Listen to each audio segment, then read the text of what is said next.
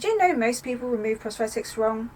If you're wearing silicone prosthetics, taking it off is just as important as applying it. In this video, I will show you how to remove it safely without damaging the skin. So you've applied your prosthetic, you've had an awesome time, now the final step is to remove it. It's very important, please do not pull the prosthetic off, it can damage the skin and even cause tearing.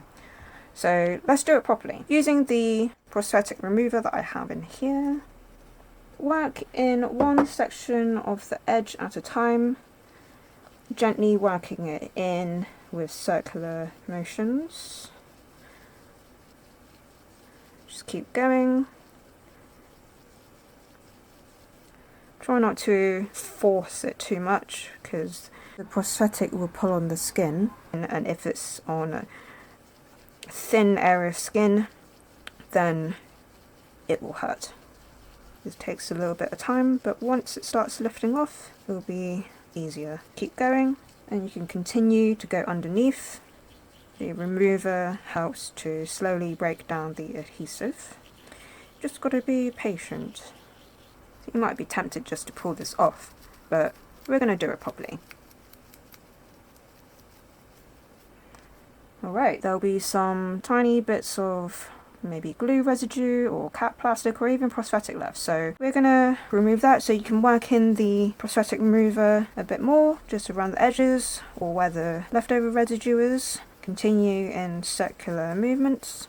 So if the brush and remover still isn't working, you can use a biodegradable wet wipe with some prosthetic remover on it.